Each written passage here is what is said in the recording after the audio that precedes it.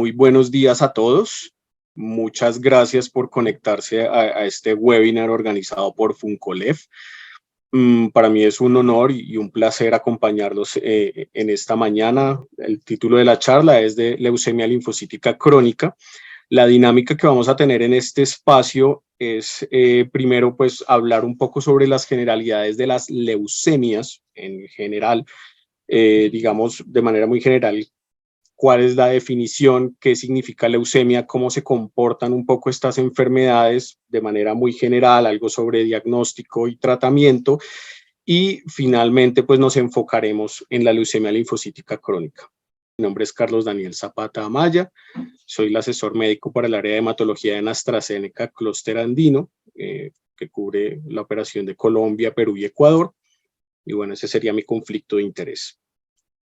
Entonces, ya entrando en materia, lo que ustedes ven en esta primera diapositiva es una comparación entre un extendido de sangre periférica normal y un extendido de sangre periférica de una persona con leucemia. Entonces, ¿qué es un extendido de sangre periférica? Muy sencillo. Llevamos una gota de sangre al microscopio en un laboratorio y en una persona normal lo vamos a ver de esta manera, ¿sí? Donde hay un predominio de los glóbulos rojos. Vamos a ver también algunas plaquetas, linfocitos, neutrófilos y monocitos, pero en un paciente con leucemia lo que vamos a ver es una proliferación o un aumento anormal en el número de células blancas. La palabra leucemia deriva de dos vocablos de origen griego. El primero de ellos es leucos, que significa blanco, y el segundo es haima, que significa sangre. Entonces, es como sangre blanca, de cierta manera, la definición de acuerdo a lo que observaron algunos investigadores hacia finales del siglo XIX, donde encontraron que algunas muestras de sangre de pacientes afectados pues, con esta enfermedad, digamos que tenían como una capa blanca o un halo blanco cuando se extraían las muestras de sangre. Aquí vemos en esta imagen una muestra, una comparación de una muestra de sangre de un paciente normal, ¿sí? A la derecha de la imagen, en donde pues después de pasar esta muestra por un proceso de centrifugación, que es un procedimiento de laboratorio, se separa esa muestra de sangre. Aquí vemos, digamos, la masa eritrocitaria, o sea, los glóbulos rojos, una muy delgada línea blanca que correspondería a los glóbulos blancos, ¿sí? Que ya vamos a explicar un poco más adelante de qué se trata, y esto es el plasma sanguíneo. Esta muestra que ustedes ven acá a la izquierda corresponde a un paciente con leucemia mieloide crónica, y fíjense ustedes que primero, pues hay una disminución importante en el número en lo que es la masa eritrocitaria o la masa de glóbulos rojos, disminuye con respecto a un paciente normal, y hay un aumento significativo, digamos, del número de glóbulos blancos. Entonces acá lo que estamos viendo es, en esencia, pues un aumento significativo y anormal de las células blancas, que en general tienen diferentes papeles o diferentes roles dentro del sistema inmunológico o sistema de defensas del cuerpo. Entonces, en general las leucemias, ¿qué son? Son neoplasias, es decir, enfermedades malignas que comprometen las células hematopoyéticas, es decir, las células que dan origen a los diferentes componentes sanguíneos. Tienen un inicio, en principio, en la médula ósea, que es el compartimento interno que tenemos en todos nuestros huesos, y una vez se originan ahí, tienen la capacidad de salir de esa médula ósea e invadir la sangre, posteriormente, como lo vamos a ver, otros órganos en el cuerpo, y son células que tienen diferentes, digamos, alteraciones biológicas, dentro de las más relevantes, defectos de maduración y de diferenciación, digamos que son procesos necesarios para que las células lleven a cabo la función para la cual han sido destinadas en el cuerpo, es decir, que no van a funcionar como una célula normal dentro del sistema inmunológico. Y además de eso, pues va a haber una afectación del proceso de hematopoiesis, que significa la producción de los componentes sanguíneos, ¿sí? Entonces, son células malignas que van a proliferarse, van a crecer de manera acelerada con respecto a cómo lo haría una célula normal, y adicional a esto no van a llevar a cabo las funciones biológicas para las cuales han sido diseñadas las células normales. Como ya les había mencionado previamente, estas células malignas tienen la capacidad de invadir otros tejidos. Dentro de los tejidos o dentro de los órganos más frecuentemente afectados por por la invasión de las células leucémicas, tenemos el vaso, tenemos el hígado, los riñones, y en algunos casos puede haber afectación también de las estructuras del sistema nervioso central, como el cerebro y como la médula espinal. Entonces, un poco para entender el origen de la leucemia, vemos acá cómo es la producción de los diferentes componentes sanguíneos o la hematopoiesis al interior de la célula de la médula ósea. Entonces, resulta que todos los diferentes componentes sanguíneos se originan en una célula madre que tiene la capacidad de transformarse en cualquier tipo de componente, y por diferentes procesos biológicos y moleculares, digamos que no vamos a explicar en detalle en esta sesión, tiene la capacidad de transformarse en diferentes linajes o familias de células sanguíneas. Entonces, tenemos un linaje mieloide y tenemos un linaje linfoide.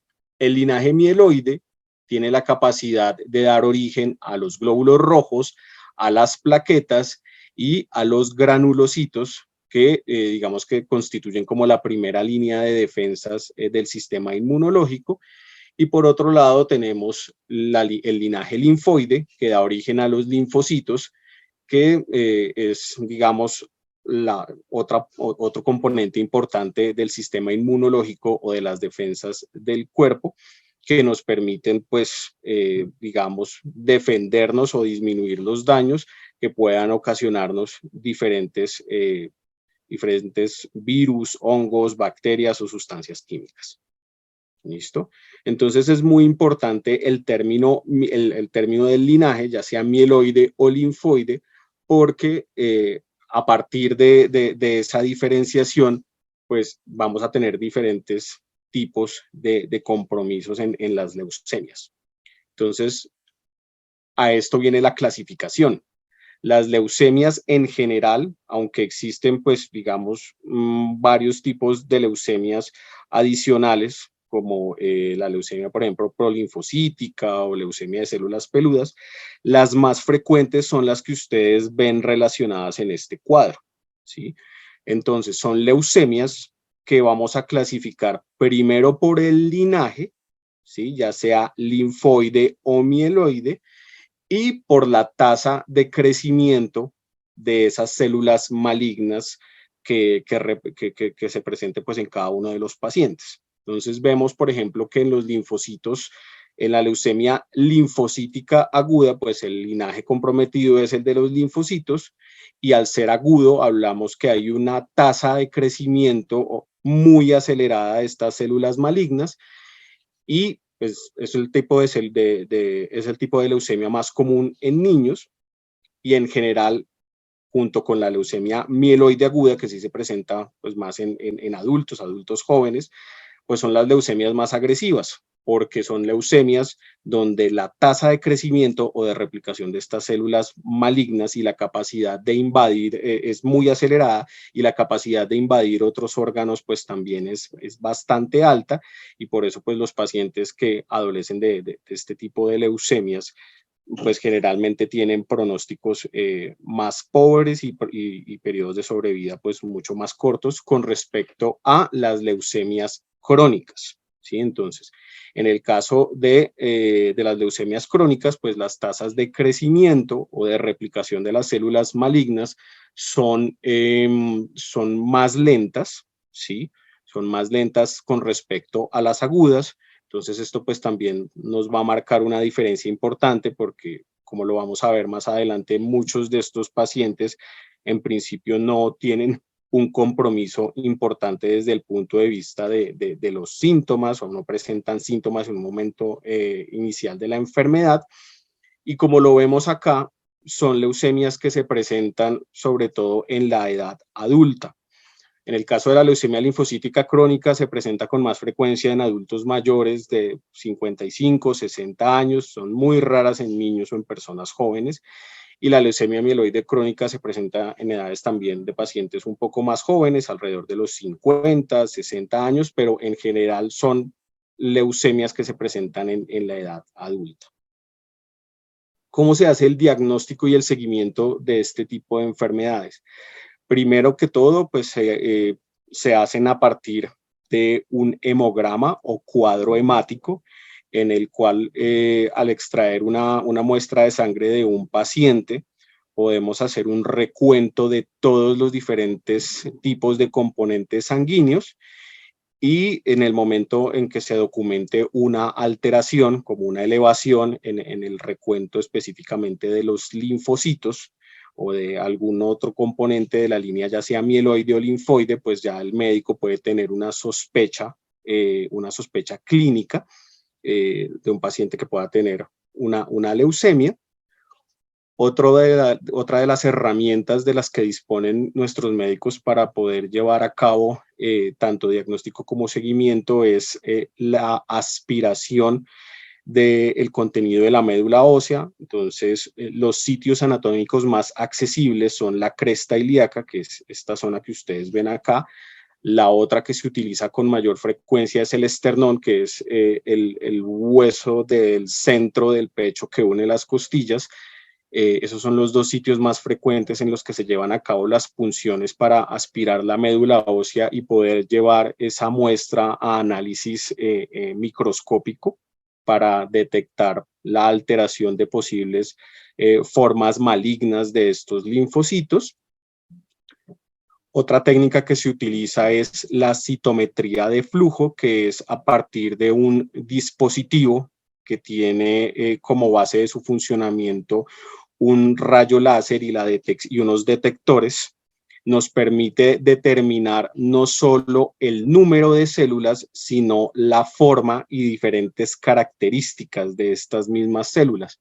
Entonces, a partir de ellas, los médicos pueden determinar cuáles son aquellas células que tienen tanto un número como una forma o una morfología anormal, y a partir de ellas, pues poder definir la presencia o no de una leucemia. Otro estudio supremamente clave en el diagnóstico y en el seguimiento, sobre todo en el diagnóstico de este tipo de enfermedades, es el cariotipo. El cariotipo básicamente hace referencia al estudio de los cromosomas. Recordemos que los cromosomas son como aquellas estructuras dentro del núcleo de las células donde se encuentra por decirlo de alguna manera, empaquetada la información genética, ¿sí?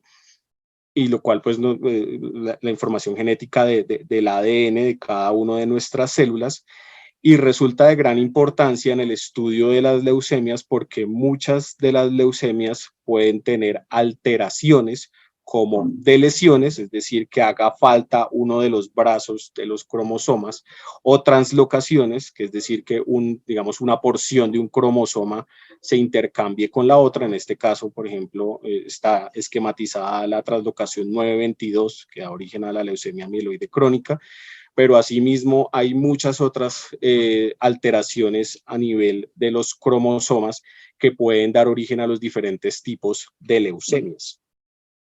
Y finalmente, la reacción en cadena de la polimerasa, que nos va a permitir establecer la presencia o no de ciertos marcadores moleculares a partir de la amplificación o la creación de múltiples copias de una muestra específica para definir la presencia o no de una alteración genética que esté relacionada con la presencia de algún tipo de las leucemias que mencionamos previamente. Entonces, a partir de esa muestra de ADN por una polimerasa en un dispositivo diseñado específicamente para tal fin, se crean múltiples copias de ese gen y posteriormente se cotejan con las que ya se han identificado previamente en investigaciones como genes relacionados o alteraciones relacionadas con la presencia de la enfermedad o marcadores que nos digan que la enfermedad puede tener un curso mucho más agresivo,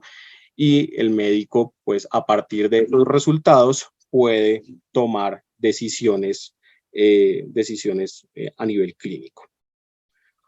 Ahora bien, ya terminando esta parte de generalidades, vamos a centrarnos en lo que es la leucemia linfocítica crónica como tal.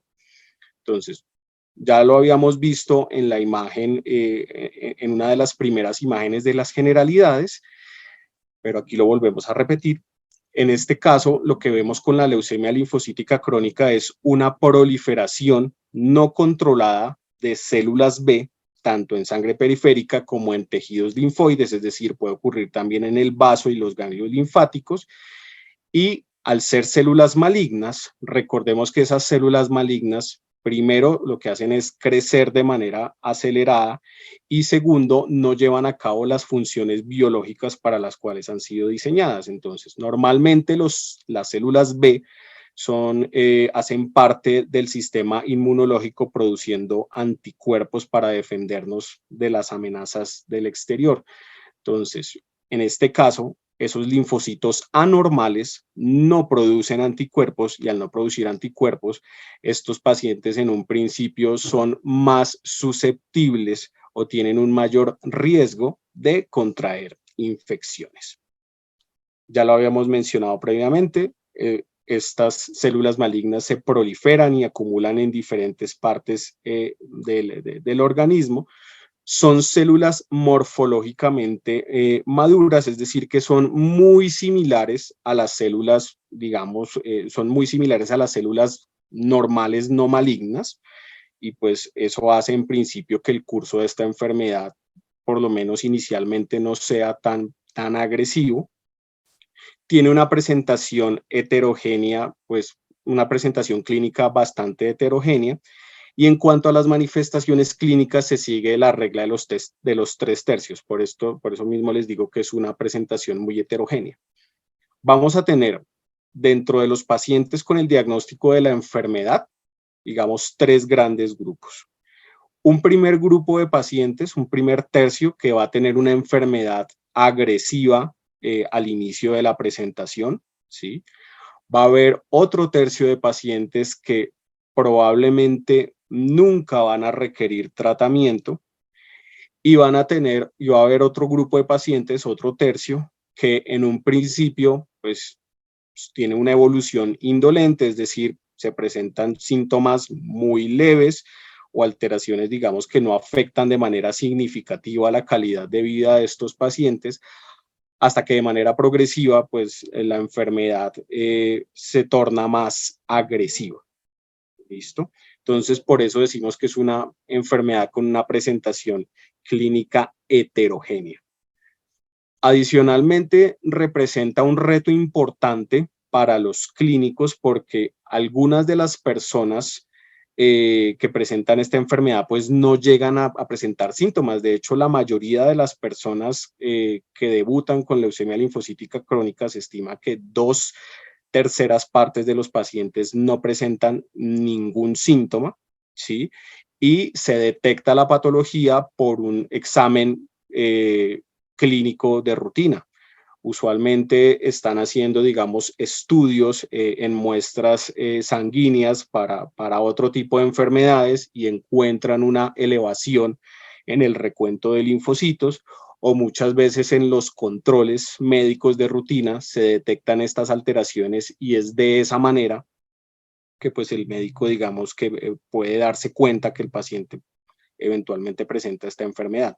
Pero la mayoría de las veces, lo cual pues representa un reto bastante importante, los pacientes no presentan absolutamente ningún síntoma.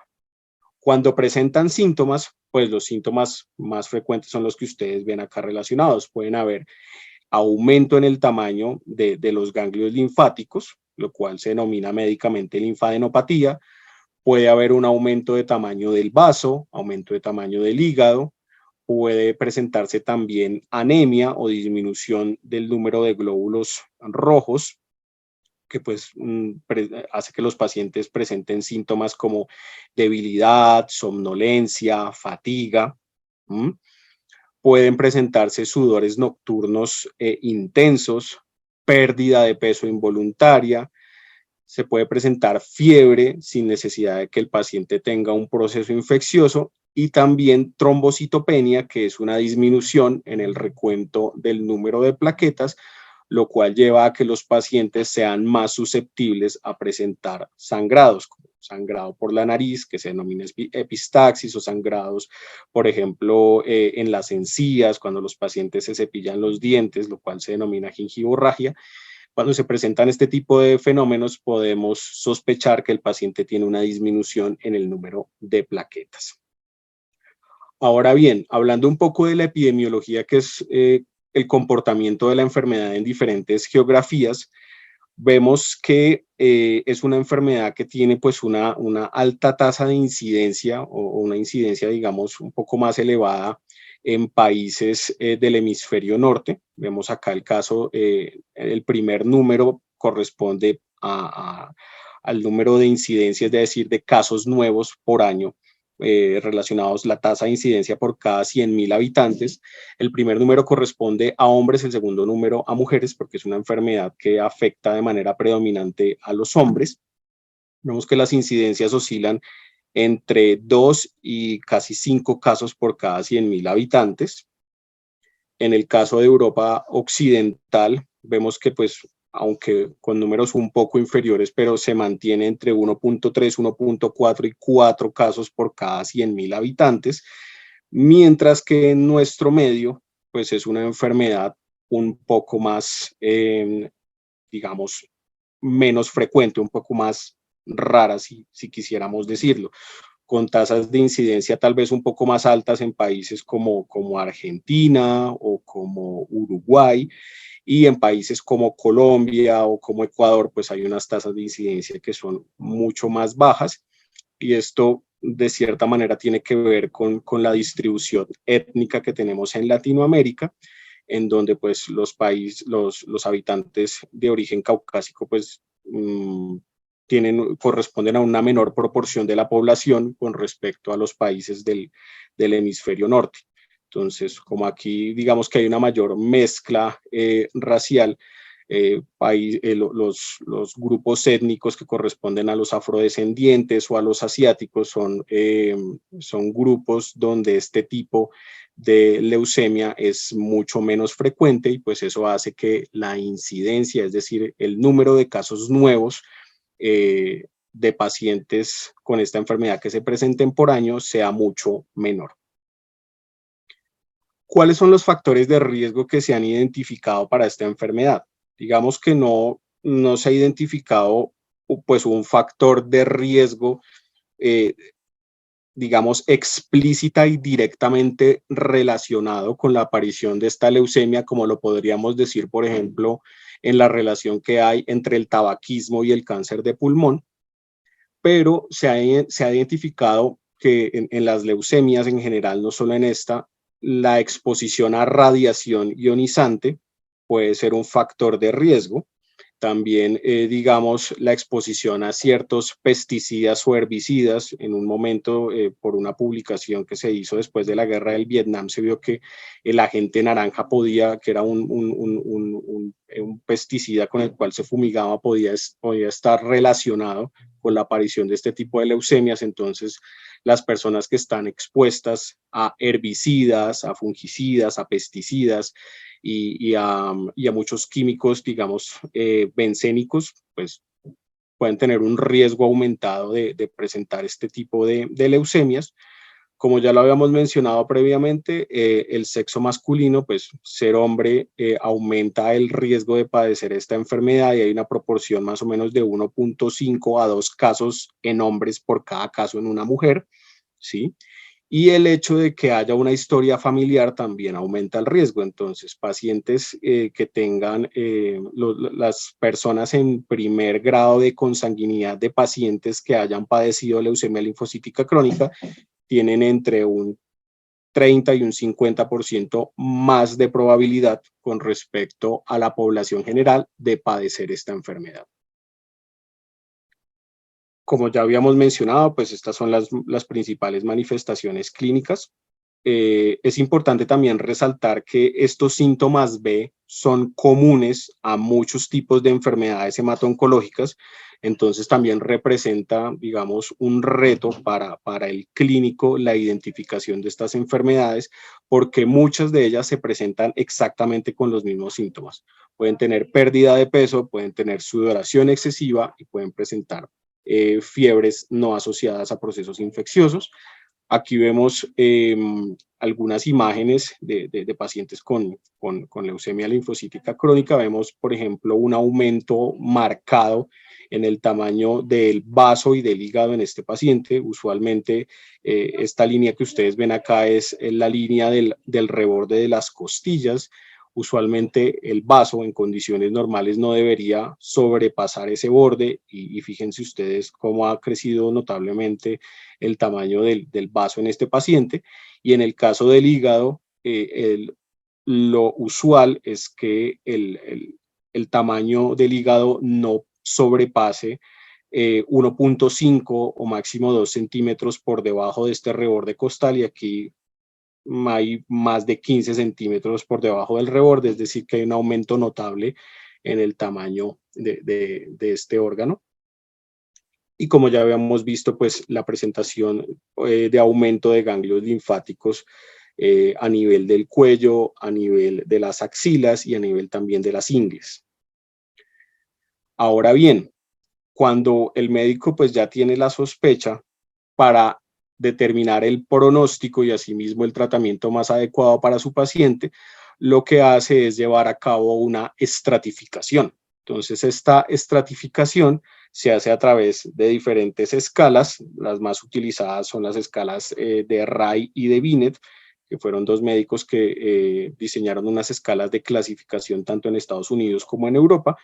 En nuestro medio se utilizan indistintamente cualquiera de estas dos escalas, y lo que nos van a permitir estas escalas es facilitar el pronóstico, estratificar el paciente para definir un pronóstico y asimismo definir el tratamiento.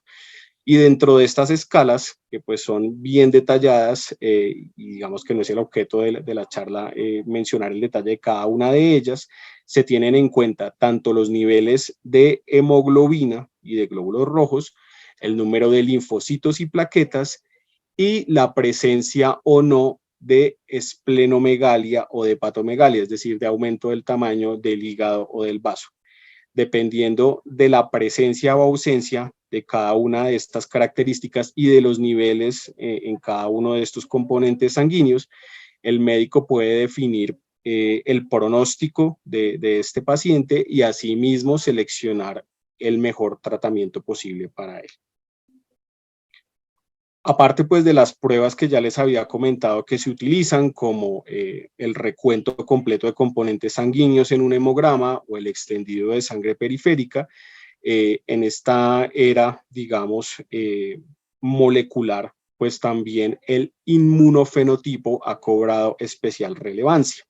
Y en este caso lo que se hace es a través de técnicas como la citometría de flujo o como la inmunohistoquímica, que son estudios pues muy especializados de las muestras biológicas, se detecta la presencia o no de ciertos marcadores, como ciertas características particulares o como huellas, podríamos decir, que tienen cada una de estas células para determinar si esa malignidad frente a la que está el médico y la que padece el paciente es una leucemia linfocítica crónica o es otro tipo de leucemia, y si lo es, también poder definir si hay o no algún marcador molecular o genético que implique que ese paciente pueda tener un peor pronóstico con respecto a un paciente que no lo tenga. Entonces, estas técnicas moleculares también han sido de gran utilidad para poder apoyar la definición de un pronóstico y la selección de un tratamiento para estos pacientes. Ahora bien, desde el punto de vista del tratamiento, específicamente este tipo de leucemia pues tiene una particularidad pues bastante relevante, y es que, como les había mencionado, aproximadamente 2/3 de los pacientes en un principio no van a requerir tratamiento porque no presentan síntomas. Entonces, la conducta terapéutica en ese caso va a ser la estrategia de watch and wait, ¿sí? ¿Y qué significa watch and wait? Es vigilancia y espera. Entonces, esto también es digamos que esto representa un reto para los clínicos y para los pacientes porque pues el médico le dice a su paciente, usted tiene una leucemia, ¿sí? Pero en este momento no requiere tratamiento.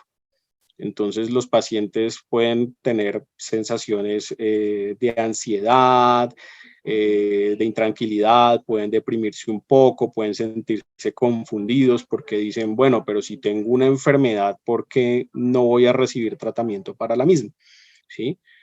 Entonces, digamos que esto es una de las situaciones que más retos representa tanto para los pacientes como para los médicos, pero pues digamos que en las etapas iniciales, cuando no se presentan síntomas, pues la recomendación de acuerdo a la evidencia científica es que el paciente no debe recibir tratamiento.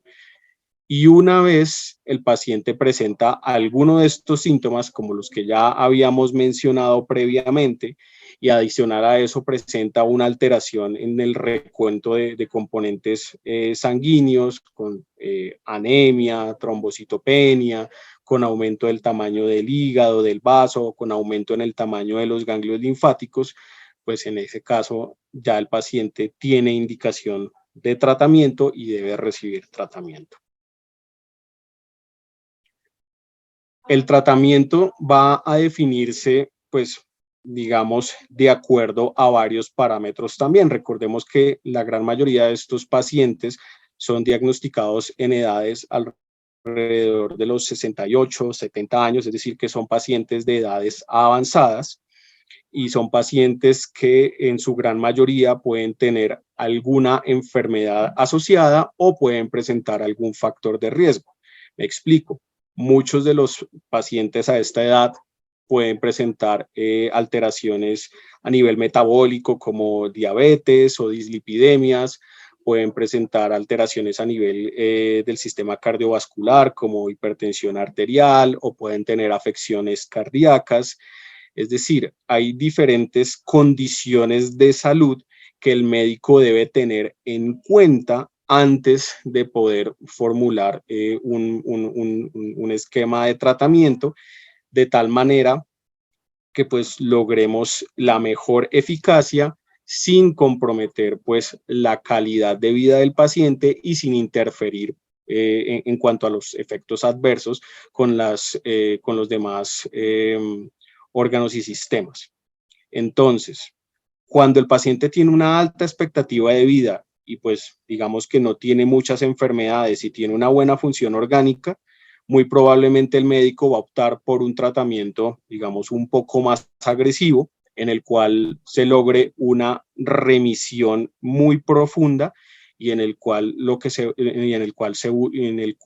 busca es la disminución máxima posible del número de células malignas circulando. En el caso de los pacientes, como dice acá, slow go, pues entonces debe haber un balance entre la eficacia y la toxicidad.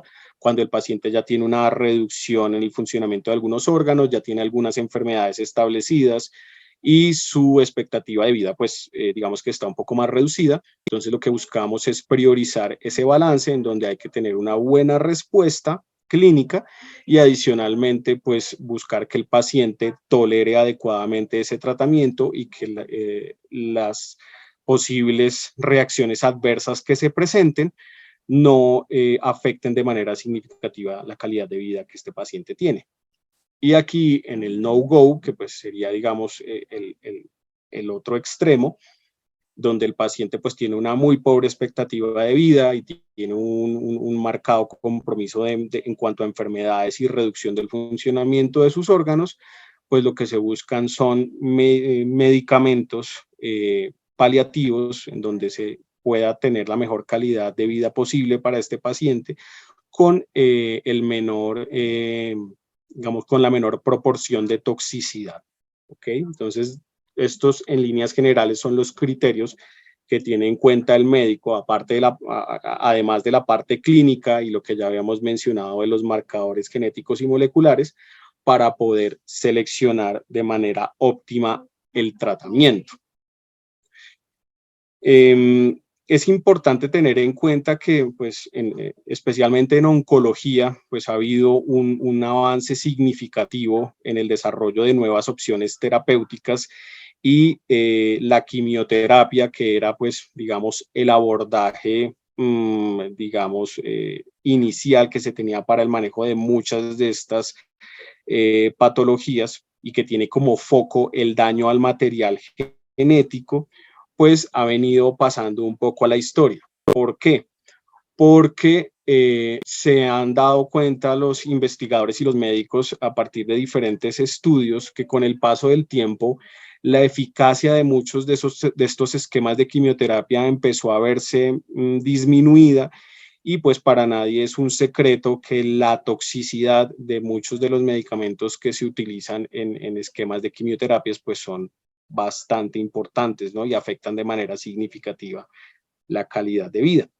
Entonces, en el caso de las leucemias crónicas y particularmente pues en LLC ha habido un avance importante.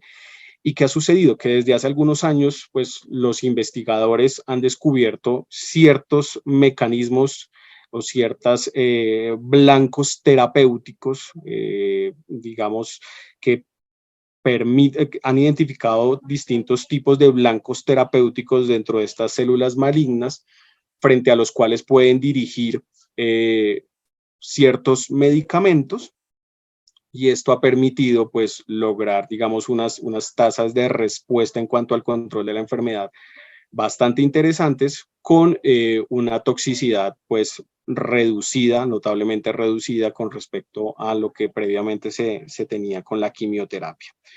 Entonces, muchos de estos tratamientos se mantienen de manera indefinida, algunos tienen esquemas de duración finitos, es decir, por periodos de tiempo establecidos de 1 año o 2 años, y pues en general estos tratamientos dirigidos o tratamientos target en leucemia linfocítica crónica pues han significado un cambio en el paradigma del tratamiento de la enfermedad. Entonces, ¿qué hay que tener en cuenta? Que el hecho de que estos esquemas sean libres de quimioterapia no quiere decir que sean libres de toxicidad, ¿vale? Muchos de estos medicamentos pueden implicar la aparición de problemas cardiovasculares como arritmias, hipertensión, tendencias a sangrado, diarrea. Otros de estos medicamentos pueden producir una disminución significativa en el número digamos, de glóbulos blancos, ¿sí? Implicando, pues, digamos, una susceptibilidad aumentada de estos pacientes a la presentación de procesos infecciosos.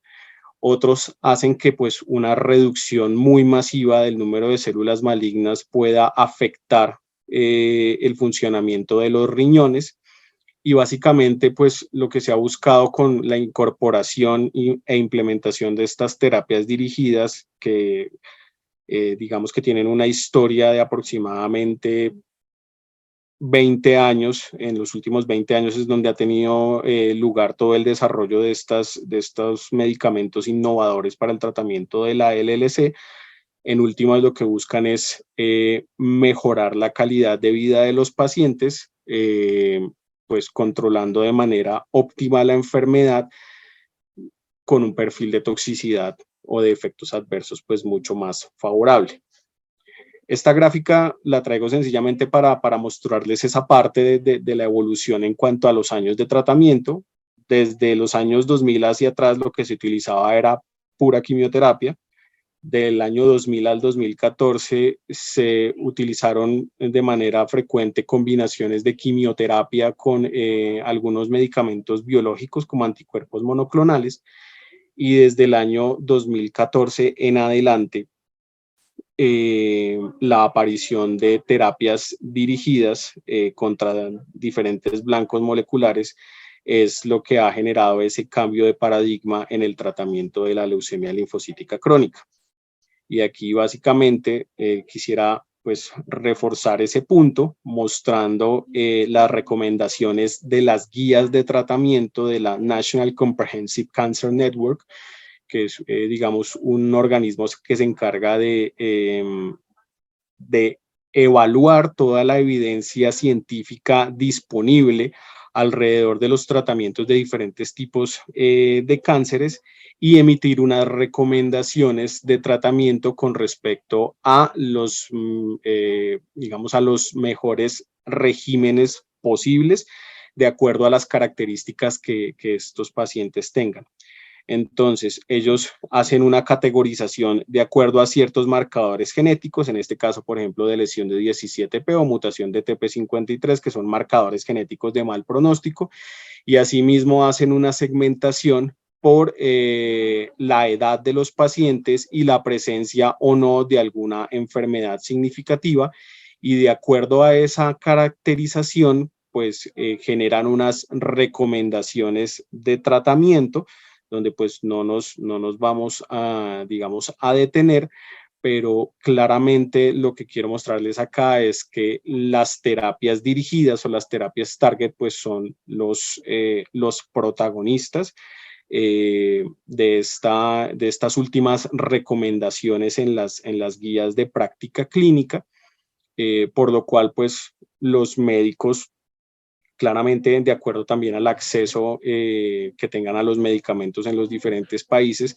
pues deben seleccionar aquellas terapias dirigidas en donde, como ya les había mencionado previamente, pues se logran los mejores resultados en cuanto a eficacia clínica en el control de la enfermedad con perfiles de toxicidad pues mucho más favorables comparados con la quimioterapia previa. ¿Listo? Entonces, eso era todo lo que tenía para mostrarles. Muchísimas gracias de antemano por su atención.